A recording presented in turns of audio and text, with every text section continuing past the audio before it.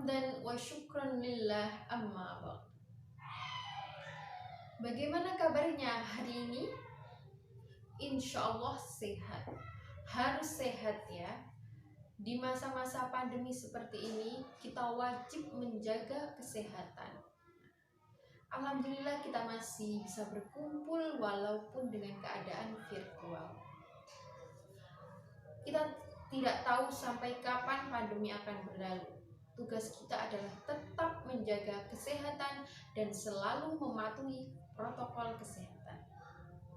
Oke anak-anakku sekalian, kelas 7 MTS Budi Dharma. Di sini saya akan menyampaikan sebuah materi matsama. Materi yang berjudul Metode Efektif dalam Belajar Daring dan Luring. Oke, anak-anakku sekalian. Di sini kalian sudah kelas 7 MTS. Jadi harus ditingkatkan lagi cara belajarnya. Nah, bagaimana sih tips belajar yang efektif itu? Langsung saja ya saya sampaikan. Yang pertama, buat suasana belajar yang nyaman. Kalian mungkin punya suasana belajar yang nyaman sendiri-sendiri. Ada yang bisa dengan mendengarkan musik, ada yang di kamar, ada yang harus dengan menonton film atau apapun itu. Buatlah suasana menjadi nyaman, atau di tempat hening, atau di bagaimanapun itu yang menurut kalian nyaman untuk belajar, maka lakukanlah. Kemudian yang kedua, merangkum pokok pembelajaran. Nah, kalian harus merangkum pokok pembelajaran per poin-poinnya seperti apa. Kita tidak mungkin kan membaca seluruh buku untuk memahaminya, tidak mungkin. Dan itu bukan membuat kita lebih paham, akan tetapi bisa juga membuat kita lebih bingung. Jadi agar rapi dan mudah dipahami, kalian bisa menulis poin-poin pokok pembelajaran. Nah, seperti itu ya. Oke, langsung yang ketiga, belajar bersama. Belajar bersama itu sangat mudah sekali menunjukkan kefahaman dari kalian. Misalkan belajar bersama, belajar kelompok. Nah, tapi untuk saat ini kalau berkumpul belum bisa ya, mungkin dengan Zoom atau video call. Nah, dengan belajar bersama kita bisa saling bertanya kepada teman. Misalkan teman A tidak paham materi ini, tapi teman B paham, jadi mereka saling menjelaskan. Kemudian teman B tidak paham yang ini, tapi teman A paham yang ini. Nah, itu juga dijelaskan. Dan jadi dengan belajar bersama bisa membuat kalian yang belum paham menjadi lebih paham. Dan itu dari teman kalian sendiri. Bisa menambah pemahaman. Oke, selanjutnya yaitu metode mempersingkat atau memodifikasi menyerupai nama sesuatu. Misalkan bisa juga menyerupai nama sesuatu, bisa juga tidak. Misalkan disingkat-singkat. Bahasa Inggris ya, misalkan itu ada simple present dan simple past, simple past tense dan lain-lain. Nah, itu bisa disingkat. Contoh ya ini untuk pemahaman, misalkan simple present SP, simple present tense, simple past SPT dan lain-lain. Jadi bisa disingkat untuk memudahkan pemahaman. Noun apa, kalau misalkan bahasa Arab juga bagaimana, dan bahasa Inggris atau bahasa Indonesia atau matematika itu bisa disingkat. Misalkan kalian tidak paham, bisa memudahkan pemahaman itu. Kemudian belajar dengan praktik. Nah, percuma kalau kalian menghafal sesuatu tapi tidak dipraktekkan, itu sama saja kalian tidak paham. contoh rumus matematika. Kalau kalian paham sekali rumusnya, misalkan rumus tabung X ini kali ini kali ini, nah itu kalian hafalkan, X kali ini X2 kali X kali Y kali, nah itu dihafalkan. Nah tetapi kalian tidak praktek, itu sama saja kalian tidak memahami rumus itu. Kalau praktek kan setiap soal kan kerjakan praktek, berapa kali praktek. Nah itu secara sendirinya meskipun kalian tidak menghafal tapi paham, karena praktek tadi. Kemudian belajar rutin tapi jangan lama. Nah, belajar rutin atau istiqomah. Jadi contoh misalkan satu hari belajar 1 jam setelah isya misalkan, itu istiqomah selalu setelah isya itu mulai jam 8 sampai jam 9 selalu digunakan untuk belajar. Kalau misalkan 1 jam kelamaan, ya 30 menit setelah isya dan 30 menit setelah asar misalkan ya. Nah pokoknya satu hari itu 1 jam. Itu harus rutin, daripada kalian ketika mau ujian saja belajar 2 jam atau seminggu 3 jam, itu tidak efektif dan itu tidak mempercepat pemahaman. Jadi lebih baik belajar rutin, belajar sebentar tapi rutin, itu efektif. Mengerti bukan menghafal. Nah ini seperti tadi, jadi kalau kalian praktek itu otomatis mengerti.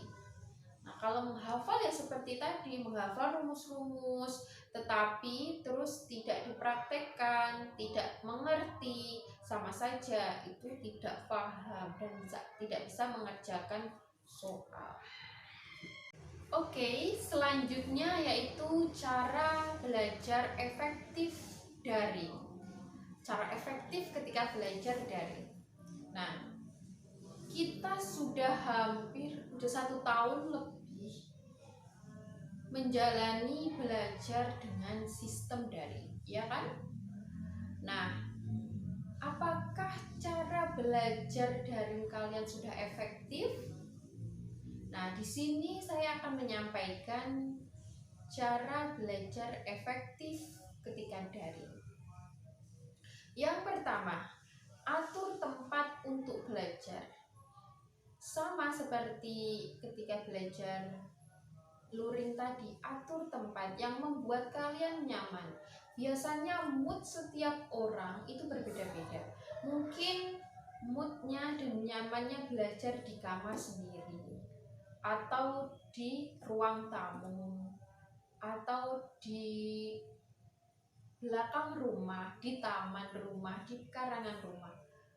Cari sendiri tempat yang membuat kalian nyaman untuk belajar. Jangan sampai kalian belajar yang bisa di tempat yang bisa menimbulkan rasa kantuk. Misalkan di kamar, di atas kasur ada bantal, ada guling, sudah sedia siap semuanya untuk kalian bisa tertidur. Mungkin bisa saja 2 menit belajar kemudian rebahan terus malah ketiduran, tidak jadi belajar. Oke, selanjutnya yang kedua yaitu buat rencana belajarmu. Misalkan malamnya dibuat, nah besok pelajarannya ini harus belajar ini, diselesaikan. Atau ketika sudah diberi tugas oleh guru atau wali kelas, list tugas itu silahkan dikerjakan. Ini dikerjakan sampai jam segini silahkan diatur sendiri, dibuat rencana. Kemudian hindari hal yang dapat mendistraksi belajarmu. Apa sih itu mendistraksi? Itu sama seperti mengganggu belajarmu. Apalagi belajar daring, otomatis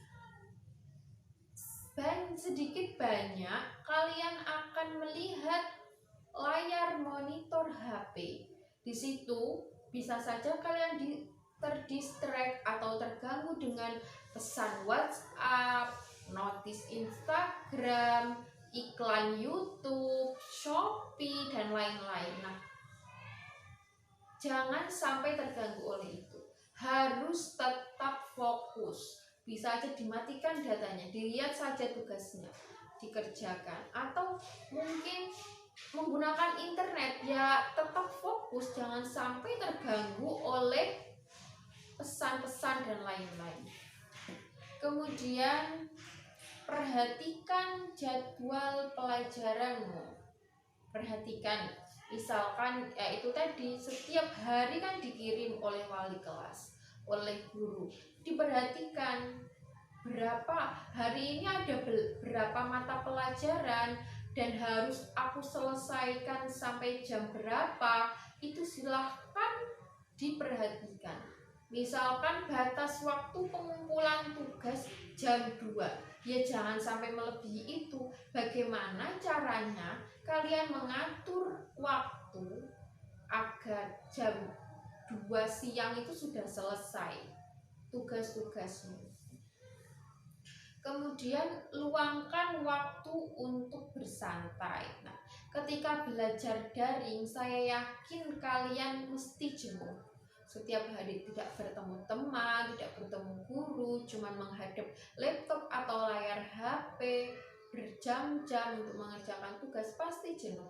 Luangkan waktu untuk bersantai, misalkan di rumah buat minuman dulu, es kopi dulu atau es teh, atau membeli jajanan dulu, ataupun ingin olahraga karena jenuh, mengitari rumah atau melihat-lihat taman di pekarangan. Pokoknya buat refreshing untuk meluangkan waktu bersantai itu tadi, biar gak terlalu jenuh, agar bisa melanjutkan tugas-tugas yang lainnya.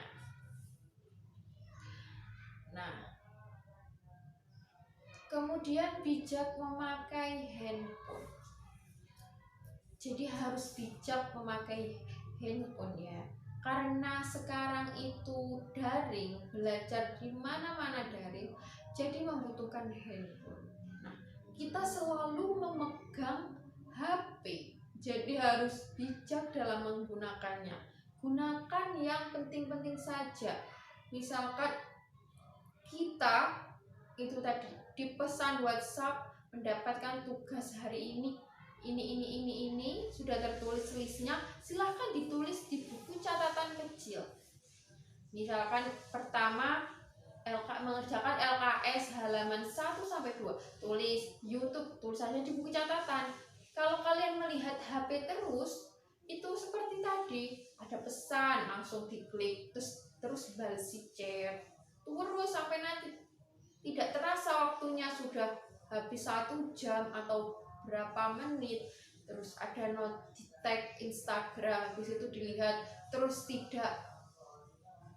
terlena lihat-lihat mana yang lain-lain video-video, atau lihat Shopee tidak sadar belanja ini, atau YouTube lihat video yang lebih menggiurkan dari video pembelajaran misalkan.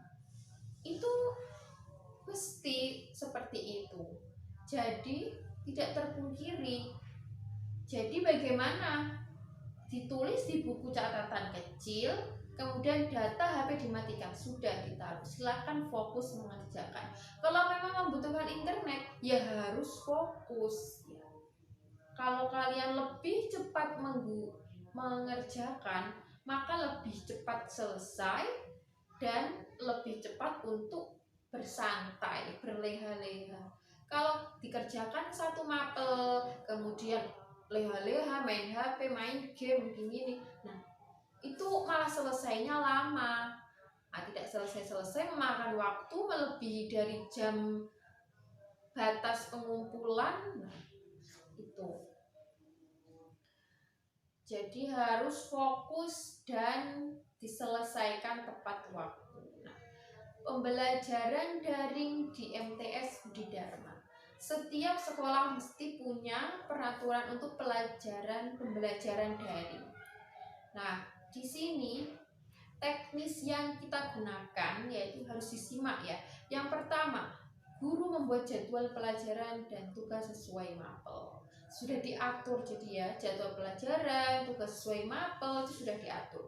Kemudian setiap siswa wajib memiliki aplikasi WhatsApp, Zoom, dan YouTube. Wajib ya kan memiliki aplikasi WhatsApp, Zoom, dan YouTube, dan wajib memiliki paket data. Nah, jadi paket data ini digunakan untuk belajar saja, jangan digunakan untuk yang lain-lain. Kemudian sebelum pembelajaran dimulai, masing-masing wali kelas membuka pelajaran dengan doa bersama dan arah-arahan melalui aplikasi Zoom. Jadi sebelum kalian mulai mengerjakan tugas-tugas, itu setiap wali kelas itu ada Zoom. Jadi ada doa bersama wali kelas, nanti ada teknisnya sendiri. Kemudian siswa mengikuti mengaji bil kolam dengan ustadznya. Jadi nanti setelah arahan itu kalian mengaji, nanti juga ada teknisnya sendiri. Kemudian wali kelas membagi tugas setiap harinya sesuai jadwal pelajaran melalui grup WhatsApp masing-masing kelas. Jadi tugasnya itu pagi sudah dikirim ya, sudah dikirim list tugas mata pelajaran pada hari itu. Jadi langsung dikerjakan. Kemudian maksimal pengumpulan tugas pukul 2. Jika siswa sudah menyelesaikan semua tugas, maka menulis list di grup. Jadi batas maksimal pengumpulan tugas adalah pukul 2 siang. Nah, nanti juga akan disampaikan oleh wali kelas. Jika ada perubahan waktu, yaitu nanti juga akan disampaikan. Kemudian kerjakanlah tugas sesuai hari dan waktunya. Misalkan hari ini tugasnya bahasa Indonesia, ya kerjakan hari itu. Jika satu kali kalian menunda, misalkan bahasa Indonesia tidak dikerjakan hari itu, atau tugas-tugas hari itu tidak dikerjakan dan tidak diselesaikan pada hari itu, maka hari selanjutnya menumpuk. Kalau sudah menumpuk sampai waktu ujian PTS, kalian tidak akan bisa mengikuti PTS. Nah, kalau PTS-nya ini molor, terus numpuk lagi sampai PAT atau penilaian akhir tahun. Nah, itu bisa saja kalian kalau belum dilunasi, belum diselesaikan tugasnya, bisa saja kalian tidak bisa naik ke kelas selanjutnya. Jadi tetap di kelas 7. Nah, maka dari itu manfaatkan waktu sebaik mungkin, kerjakan tugas sesuai waktunya. Nah, seperti itu ya. Mungkin itu yang bisa saya sampaikan. Nah, jangan lupa tetap menjaga kesehatan tadi ya. Mohon maaf apabila ada salah kata. Sekian dari saya. Wassalamualaikum warahmatullahi wabarakatuh.